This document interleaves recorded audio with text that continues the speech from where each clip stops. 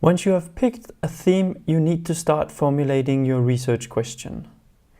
You can start by asking a question that seems useful to know the answer to.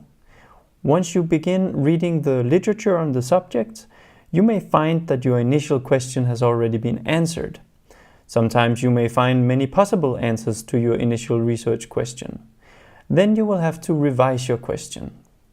However, even if you know that you will have to revise your question later, sometimes many times, it is important to begin formulating your research question as early as possible because it informs all the choices you'll make throughout the thesis process, including what literature to read, what data to collect, how to analyze your data, etc.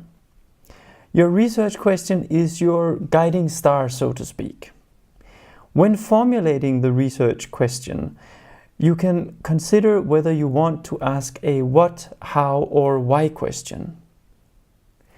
What questions are useful to ask when you deal with a relatively new field where we still don't have widely accepted concepts or categories? It's the kind of question you ask to get a first understanding of what's going on.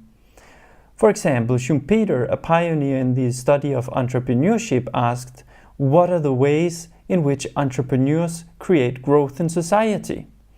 His answer to this question was a set of categories that he could use to begin to make sense of entrepreneurship.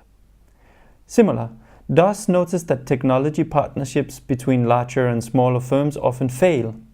To begin research in this field, he simply asked, what are the main reasons technology partnerships between larger and smaller firms fail? Once again, the answer to this question brings about a set of useful categories that can form the basis for asking more specific questions later. Once you know a bit more about what elements are in play in a given field of research, you can begin to ask how these relate to each other. When you ask how questions, you will often have some ideas about how the different elements may relate to each other that you want to test or develop further. These ideas can come from previous research in the field or from research in other fields or indeed from practice.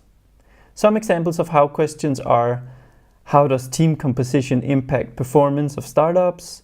How does the equity distribution in entrepreneurial team shapes interactions between its members over time?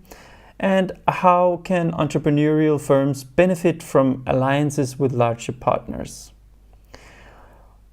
Once you know something about how elements relate to each other, you can ask why they relate in this way and not some other way.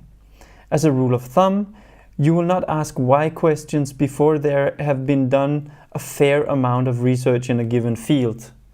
Some examples of why questions are: why the effects of equity distribution differ between entrepreneurial teams, and why entrepreneurs act in the way they do.